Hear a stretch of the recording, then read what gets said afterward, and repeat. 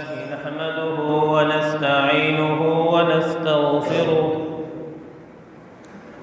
व नु'मिनु बिही व नतवक्कलु अलैहि व नऊज़ु बिल्लाहि मिन शुरूरि अनफुसिना व मिन सय्यिआति अअमालिना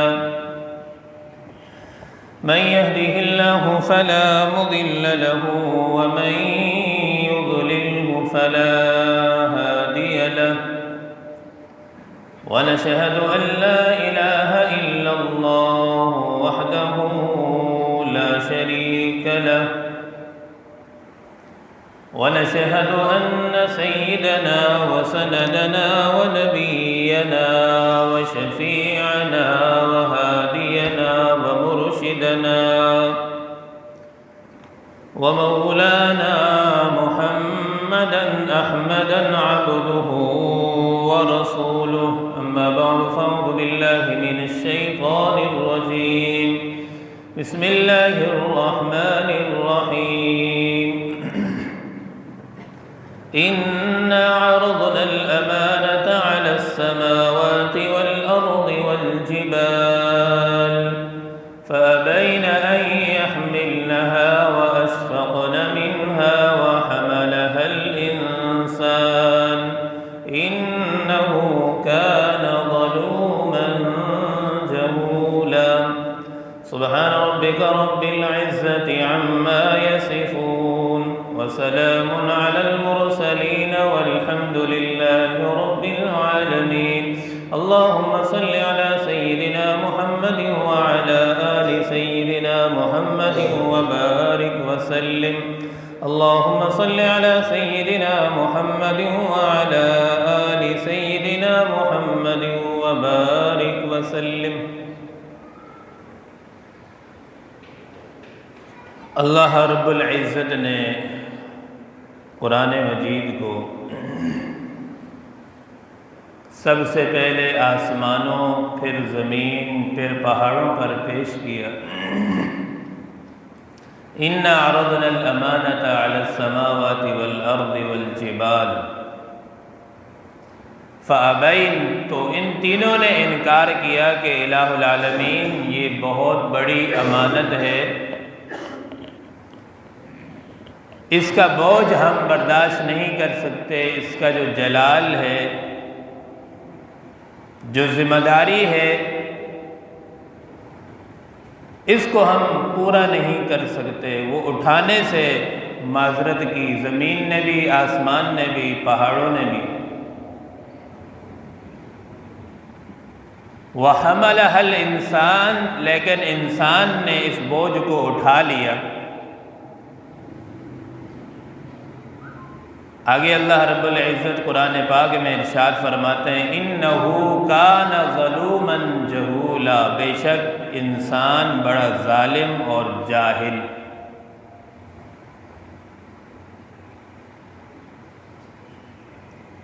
इस आयत मुबारका में रब्बुल आलमीन ने इंसान की दो खुफिया सिफ़ात को बयान फरमाया है, एक जालिम और एक जाहिल। अब वही इंसान जो जालिम है, अगर अपने ऊपर मेहनत करे तो मेहनत करके यही जालिम इंसान आदिल बन सकता है, और यही जाहिल इंसान अगर अपने ऊपर मेहनत करे, मेहनत करके एक आलिम बन सकता है। ये सलाहियत भी अल्लाह ने इंसान के अंदर रखी है। इंसानी जो जिस्म है, इसके बनने की जो जगह है, अल्लाह रब्बुल इज़्ज़त ने माँ का पेट रखा है। अब माँ के पेट के अंदर इंसान की आंखें भी बनती हैं, इंसान के कान, गोया के पूरा जिस्म इंसान का माँ के पेट से मुकम्मल होकर बाहर आता है। अब खुदा न खास्ता कोई आदमी अगर माँ के पेट से नामुकम्मल बाहर आए, या कोई एक आँख खराब हो या एक कान खराब हो, कायनात में आने के बाद कायनात के सारे डॉक्टर जोर लगा लें कि जो इसकी एक आँख ख़राब है इसको बना दें, तो पूरी कायनात के डॉक्टर मिलकर उसकी एक आँख को ठीक नहीं कर सकते। आँख तो बहुत बड़ी बात है, पूरी कायनात के डॉक्टर मिलकर इंसान के जिस्म पर अगर एक बाल कम है उसको भी पूरा नहीं कर सकते। इसी तरीके से जो इंसान दुनिया में आता है अपने आमाल करने के लिए, आखिरत बनाने के लिए अल्लाह ने हमें दुनिया में भेजा है। ये इंसान दुनिया में आकर आमाल के लिए भेजा गया है। ये इंसान के लिए ज़मीन और आसमान की जो दरमियान की जगह है, ये पेट रूहानियत बनाने की जगह है। इंसान अपनी रूहानियत पर, अपने आमाल पर, अपनी ज़ात पर मेहनत करके अपनी इस्लाह करा ले, इस्लाह करके फिर आखिरत में चला जाए तो फिर ये कामयाब होगा। अब आप बताएं, अगर दुनिया से इंसान मेहनत करके अपने ऊपर अपने आप को बना कर नहीं जाता, जो कमी पेशी रह गई, तो आखिरत में ये कमी पेशी पूरी नहीं कर सकता। यूँ बनने की जगह दुनिया थी, बना नहीं। आमाल करने की जगह दुनिया थी, आमाल किए नहीं। आखिरत में आमाल की जगह नहीं है, वो जज़ा की जगह है, वहाँ आमाल का बदला मिलेगा। तो अब इंसान ने जब बोझ उठा लिया, अल्लाह पाक की रहमतों के अजीब फ़ैसले हैं।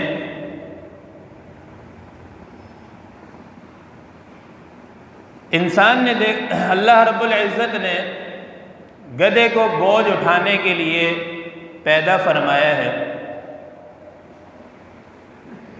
अब जब गधे के सर पर अल्लाह ने बोझ रखा तो फिर गधे की भी अल्लाह ताला ने रियायत रखी है, उसका ख्याल फरमाया है। ख्याल क्या फरमाया है कि गधे का जो गोश्त है, अल्लाह ने फरमाया कि अब इसको ज़िबा करना हराम है, इसका गोश्त खाना हराम है। क्यों? इसलिए कि ये बोझ उठाता है, मेहनत करता है, लिहाजा अब इसको ज़िबा करके इसका गोश्त नहीं खा सकते। इसी तरह फ़िक़्ह का मसला है कि जो आदमी बांदी रखता है, अब वो बांदी हामिला होने से पहले उसको आप बेच भी सकते हैं, आज़ाद भी कर सकते हैं, सब कुछ कर सकते हैं, वो आका की मर्ज़ी होती है। लेकिन वही बांदी अगर हामिला हो जाती है, पेट में बच्चा आ जाने के बाद फिर आका को ये इख्तियार हासिल नहीं होता कि अब उस बांदी को बेच सके। क्यों? अब ये हामिला हो चुकी है, इसने बोझ उठा लिया है, उसका भी ख्याल किया जाता है। इसी तरीके से अगर हमारे घरों के अंदर कोई मज़दूर सुबह से लेकर शाम तक काम करता है, मेहनत करता है, हमारी तबीयत ये गवारा नहीं करती कि इसका पसीना खुश्क होने से पहले हम उसको मजदूरी उजरत न दे दें। हमारी तबीयत ये गवारा नहीं करती कि उसे हम खाली हाथ घर भेज दें और उसको पूरी मजदूरी न दें। तो अल्लाह रब्बुल इज़्ज़त की शान तो बहुत बड़ी शान है। जब अल्लाह ने इंसानों पर कुरान पाक का बोझ डाला है तो अल्लाह रब्बुल इज़्ज़त की रहमत भी ये गवारा नहीं करती कि जिसके सीने में एक आयत भी महफूज हो या पूरा कुरान महफूज हो, खुदा की शान के ख़िलाफ़ है कि क़यामत वाले दिन उस इंसान को जहन्नुम का ईंधन बना दे। ये अल्लाह रब्बुल इज़्ज़त की शान के ख़िलाफ़ है। हदीस मुबारका में आता है, जिसके सीने में एक आयत भी महफूज होगी, अल्लाह रब्बुल इज़्ज़त क़यामत वाले दिन उसको जहन्नुम में नहीं डालेंगे, उसको सज़ा नहीं देंगे।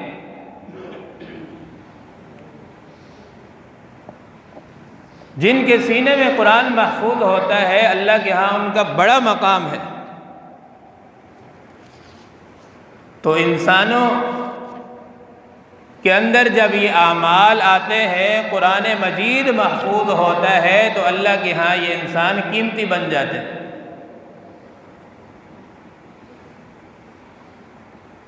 और गुनाह जो है इंसान को अल्लाह रब्बुल इज़्ज़त से दूर करते हैं और नेकी जो है इंसान को अल्लाह रब्बुल इज़्ज़त के करीब करती।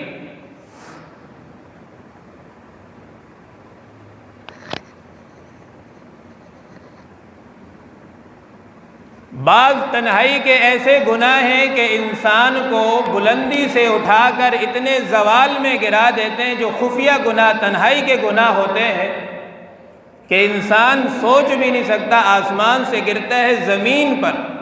और बाद इंसान की खुफिया ऐसी नेकियां होती हैं कि इंसान को जवाल से उठाकर उरूज पर ले जाती, इंसान उसका सोच भी नहीं सकता।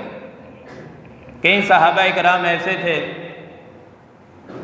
जो छुप छुप के नेकियां फरमाते थे, करते थे। अमीरुल मोमिनीन सैयदना फ़ारूक आज़म रज़ी अल्लाह ताला अन्हु के मुताल्लिक़ आता है कि अमीरुल मोमिनीन खुद इतनी बड़े इलाके के हाकिम होकर, अमीर होकर मस्जिद की सफाई अमीरुल मोमिनीन हज़रत उमर फ़ारूक रज़ी अल्लाह ताला अन्हु खुद फरमाते थे।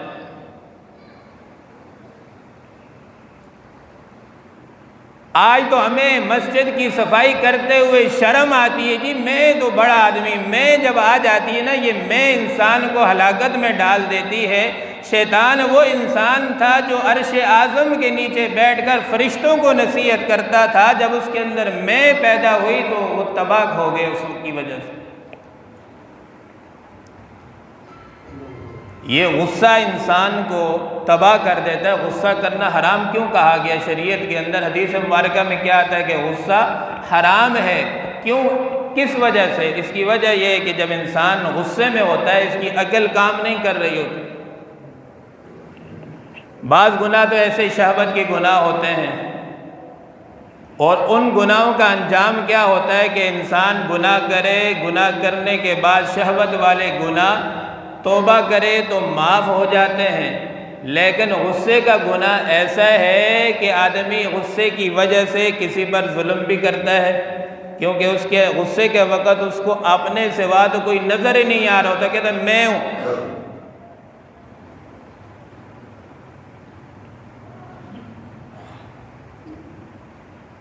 जो गुस्से का जो गुनाह है, फिर फरमाया अच्छा ये भी नहीं कर सकते हो, फिर ऐसा करो कि गुनाह करते रहो। ठीक है, क़यामत के दिन जब अल्लाह रब्बुल इज़्ज़त इरशाद फरमाएंगे कि जहन्नम में चले जाओ, तो उस वक़्त खड़े होकर कह देना कि या अल्लाह मैं जहन्नम में नहीं जा रहा। उस आदमी ने कहा हज़रत ये कहाँ इंसान की मेरी जुर्रत के, किसी की हैसियत इतनी जुर्रत कि वो अल्लाह को ये कह सके कि मैं जहन्नम में नहीं जा रहा।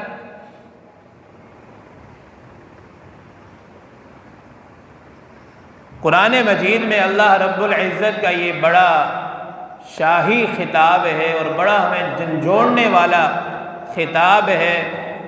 अल्लाह पाक इरशाद फरमा रहे हैं सनफ़्रुग़ु लकुम अय्युहस्सक़लान, सनफ़्रुग़ु लकुम अय्युहस्सक़लान। तस्निया का सिगा अल्लाह ताला इरशाद फरमा रहे हैं कि अन करीब में हम अपने आप को तुम्हारे लिए फ़ारग कर रहे हैं और तुमसे हिसाब लेंगे, और हमें हिसाब लेना आता है। जैसे माँ किसी काम में मसरूफ़ हो, काम कर रही हो और बच्चा कोई शैतानी कर रहा हो, तो माँ कहती है सब्र कर बेटा, मैं काम से फ़ारग होती हूँ, फिर मैं तुम्हें बताती हूँ तुम कैसे मस्ती करते हो, फिर मैं तुम्हें सीधा करती हूँ। तो अल्लाह रब्बुल इज़्ज़त भी इरशाद फरमा रहे हैं कि सनफ़्रुग़ु लकुम अय्युहस्सक़लान, अन करीब हम अपने आप को फ़ारग कर रहे हैं तुम्हारे लिए, तुमसे हिसाब लेंगे, फिर तुम्हें पता चलेगा। और हमें अच्छा हिसाब लेना आता है।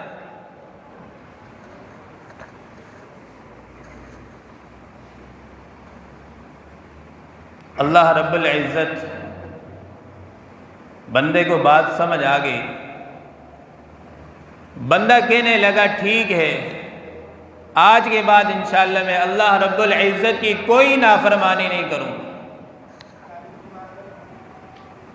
इंसान नाफरमानी गुनाह की वजह से दुनिया का जलील तरीन इंसान बन जाता है। गुनाहों की वजह से इंसान दुनिया का जलील तरीन इंसान बन जाता है। जिस जगह, जिस मुआशरे में जाता है, जिस माहौल में जाता है, उसकी कोई इज्जत नहीं होती गुनाहों की वजह से।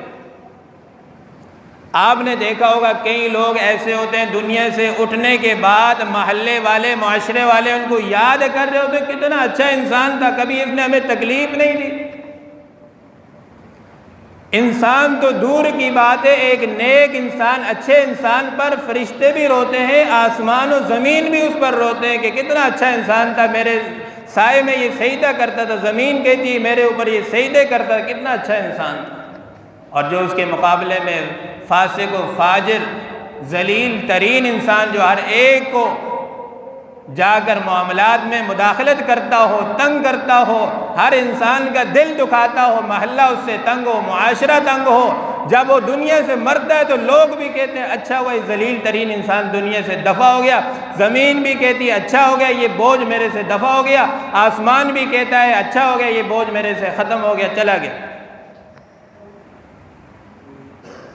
तो मेरे भाइयों, अखलाक, इबादात, इन पर आदमी तवज्जो दे, अपने अखलाक को दुरुस्त करे। गुनाहों की वजह से इंसान बहुत पीछे चला जाता है, रिज़्क़ से भी महरूम कर दिया जाता है और अल्लाह ताला की रहमतों से भी महरूम कर दिया जाता है। जो नेक इंसान होता है दुनिया का, अल्लाह ताला उसको इमाम बना देता है। जिस जगह वो जाता है, जिस मुआशरे में जाता है, जिस माहौल में जाता है, उसकी इज़्ज़त की जाती है, उसकी बात को सुना जाता है। तो अल्लाह रब्बुल इज़्ज़त से दुआ है कि हमें अल्लाह रब्बुल इज़्ज़त नेक बना दे और अल्लाह ताला अपनी रहमत से हम सबको नेकी की तौफीक अता फरमाए। जो कुछ कहा गया, सुना गया, अल्लाह रब्बुल इज़्ज़त हम सबको अमल की तौफीक अता फरमाए। व आखिरु दावाना अनिल हम्दुलिल्लाहि रब्बिल आलमीन।